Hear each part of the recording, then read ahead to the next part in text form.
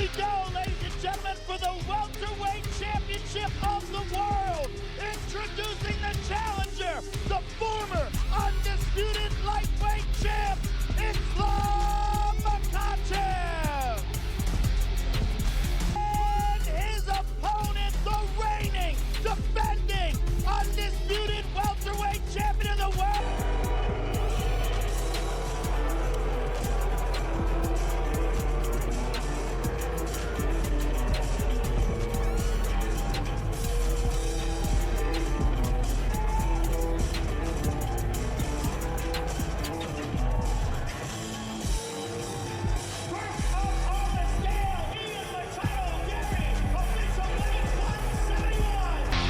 All right, ladies and gentlemen, I am here with the challenger, the great Islam Makhachev.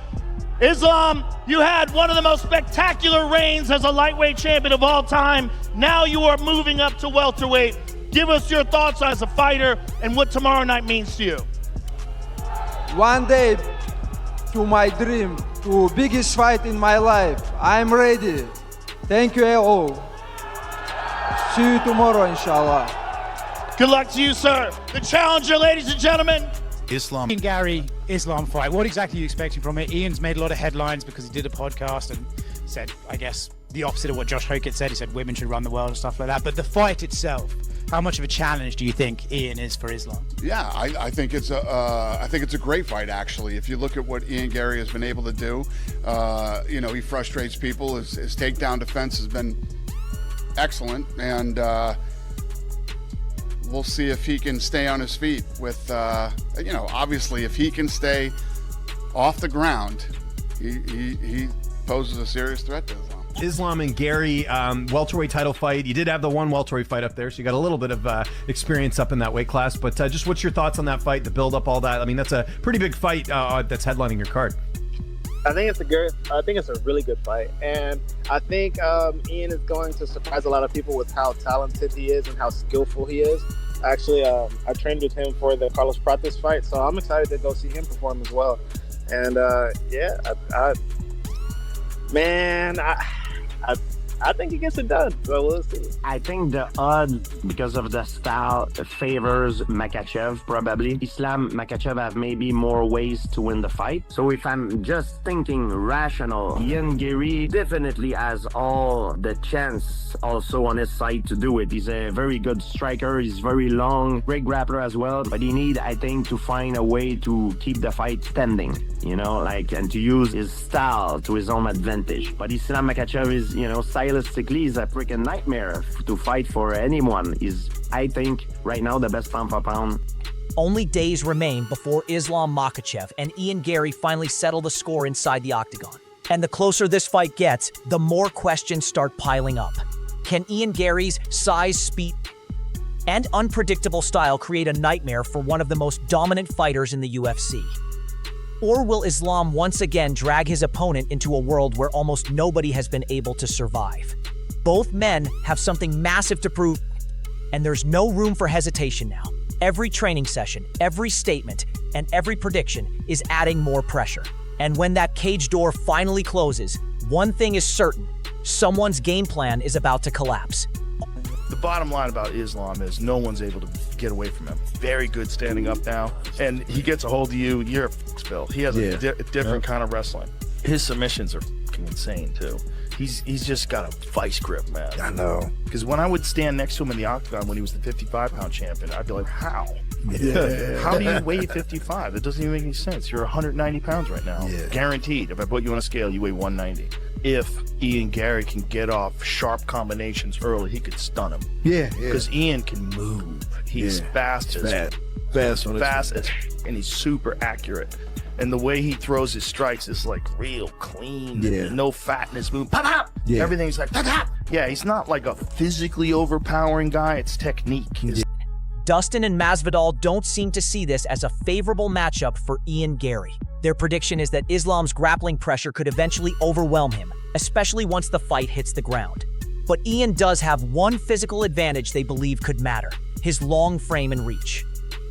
The question is, can that keep Islam away? Go to sleep. Islam Makhachev taking on Ian Garry. Islam's gonna drown him, I think. Well, I hope Makhachev goes in there and handles his ass, gets his neck. He's never grappled with a guy like Makhachev. How many times did Islam take you down? More than he took you down. Having long legs like Ian, keep him on the ground easier. Ian Garry's reach is only 74 inches. Dan Hooker's was... Islam Makhachev has already accomplished what most fighters only dream of, becoming a two-division champion. But reaching the top hasn't ended his hunger. Now, another historic milestone is giving him motivation. One more win could move him even closer to a legendary record. And Islam makes it clear, staying prepared is what keeps him dangerous. You're, again, two-time, two-division champion now. What is next? Like, you've achieved this goal. What motivates you? And what is your next goal? Like, how do you keep getting motivated for the next goal? It's a good question. Very hard to be still like motivated, you know. First time when I was fighter, I was dreaming to become UFC champion. After that, when I have most UFC title defending lightweight, I want to be like double champion. Now when I'm the double champion, I have like 16 or 17 fight win streak with Anderson Silva. We have same, and I have to fight one more time to beat his win streak, you know. Maybe something like this to motivate me, but first of all, what motivates me, it's if you step in the cage and you're not ready, so I'm gonna smash your face, you know. That's why I have to be focused. I have to still training hard, and you know, it's good for my health. Of course. If you step there and you're tired or not ready, somebody gonna go like it. Islam Makhachev is making it clear that he sees a completely different version of himself this time around. After moving up to welterweight, he says the weight cut is major difference against Ian Garry. But then Islam looks back at his last performance and admits something surprising. He wasn't fighting at his full finishing potential. This time he says the mindset is different, and his confidence sounds even dangerous. On's no more comments. This time in... I see I can finish him like every round. I saw his couple interview. Honestly, he looks very bad in this interview. Better for him training more and do less interviewing. This is back to you now. I mean, obviously, this is your second camp at welterweight, right? And I know you said the first time, like, adding on the weight and everything was a challenge. It's been like a year since then. How much more comfortable do you feel for a welterweight fight this time compared to last time?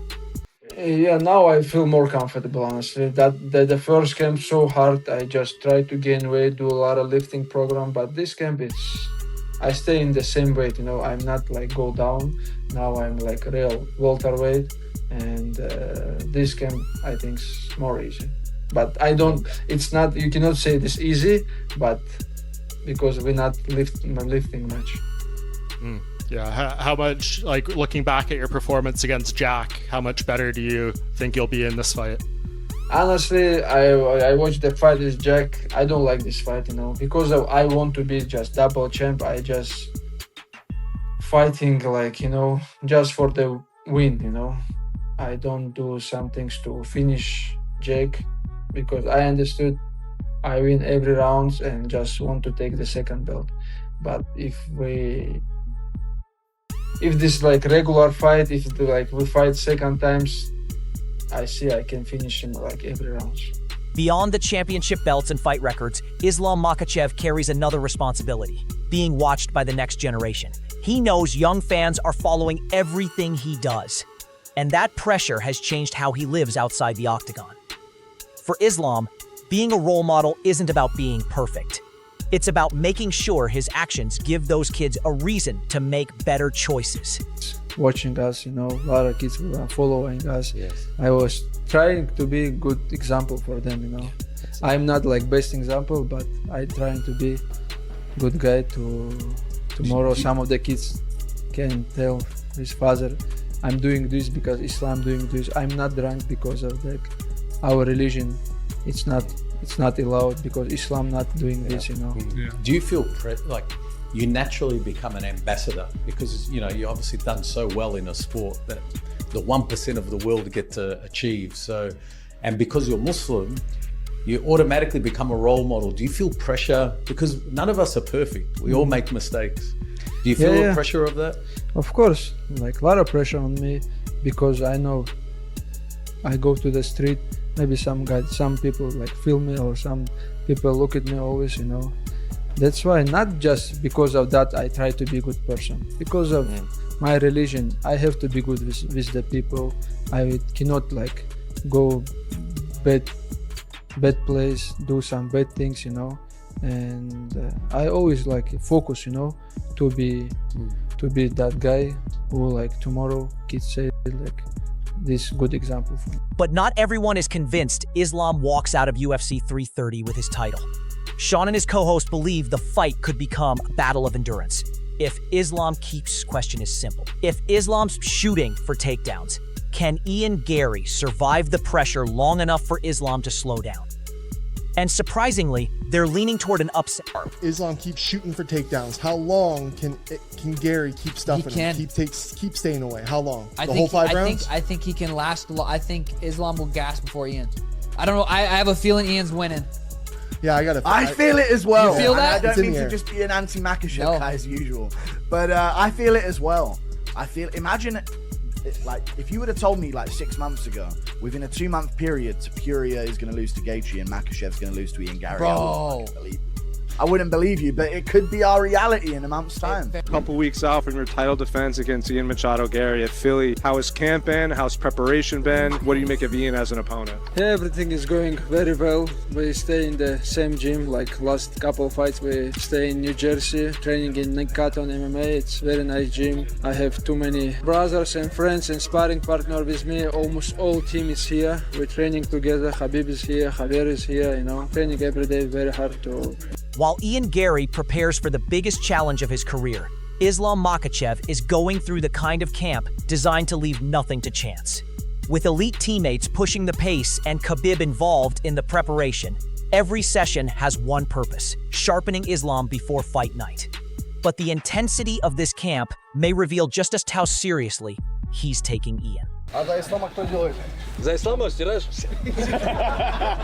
Ну, уже 50.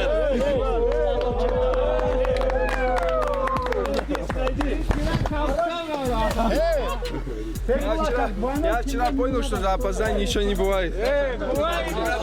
Что за опоздание ничего не бывает.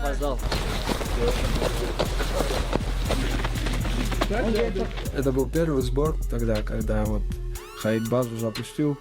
Он даже ее тогда не запустил, но он сказал, что там Ислам есть ковер, есть гостиница. И вот там подъем вот, сразу. Это просто гора, которая стоит перед базой, вот на нее надо бежать. Вот такой подъем с первых 200 метров. Ian Garry isn't walking into UFC 330 believing Islam Makhachev has faced someone like him before. In fact, Ian believes his combination of size, movement, striking, unpredictability, and takedown defense makes him a completely different puzzle. He's confident that his skill set can force Islam into unfamiliar territory. But just how serious is Ian's confidence heading into this fight?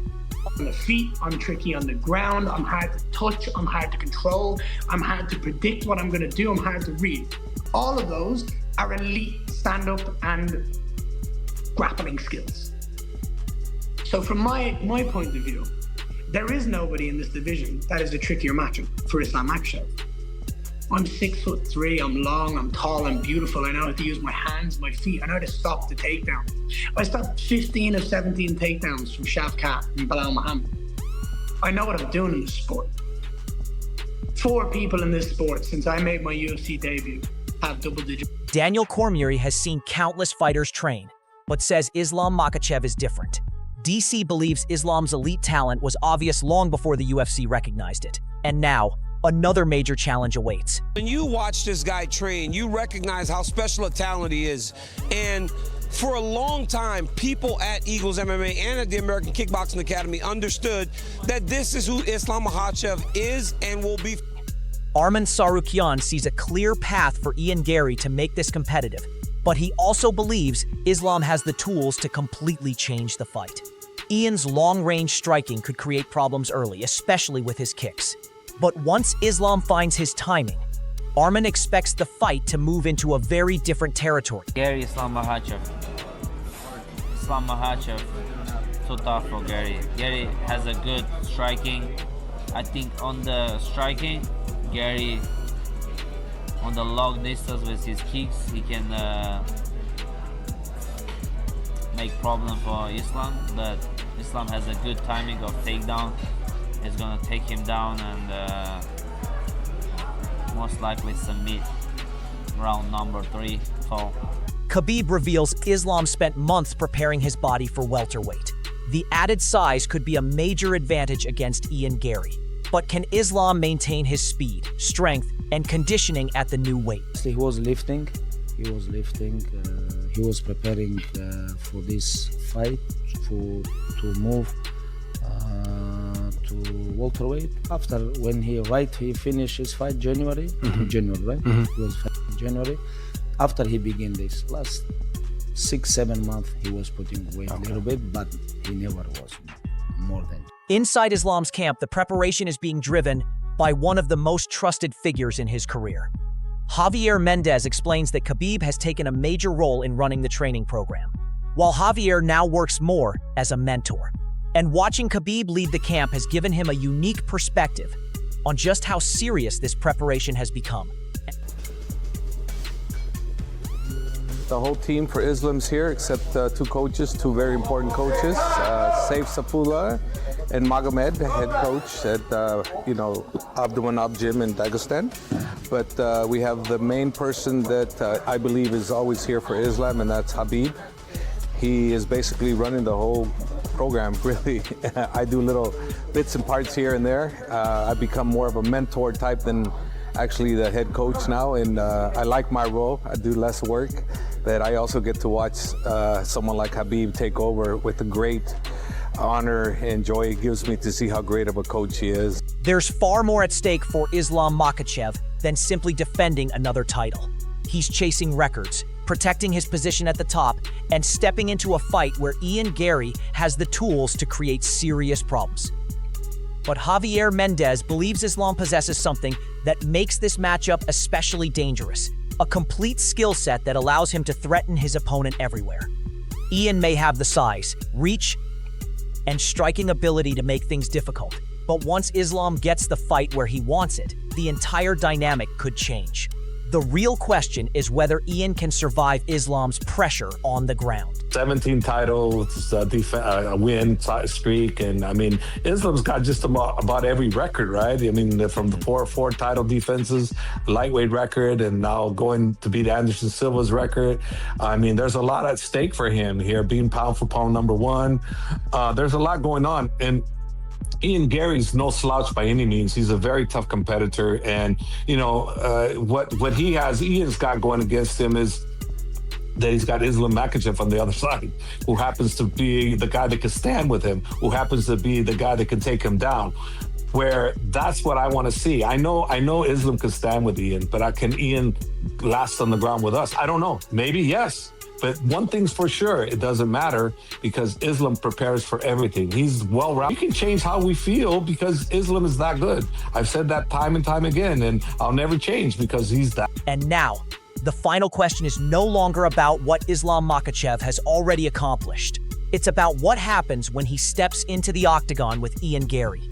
Islam enters this fight with championship experience, elite grappling, dangerous striking, and a team that has prepared him for every possible scenario. But Ian Garry isn't walking in simply to survive. He believes his size, reach, movement, and unpredictable style can create problems Islam hasn't faced before. That's what makes this matchup so fascinating. On one side, you have a champion chasing records and another defining moment in his career. On the other, you have a hungry contender, convinced he is the toughest matchup Islam could have been given. In just a few days, predictions will disappear, confidence will be tested, and there will be nowhere left to hide. So the question is simple. Will Islam's complete skill set prove too much, or can Ian Garry shock the world and stop one of the UFC's most dominant champions? We're about to find out.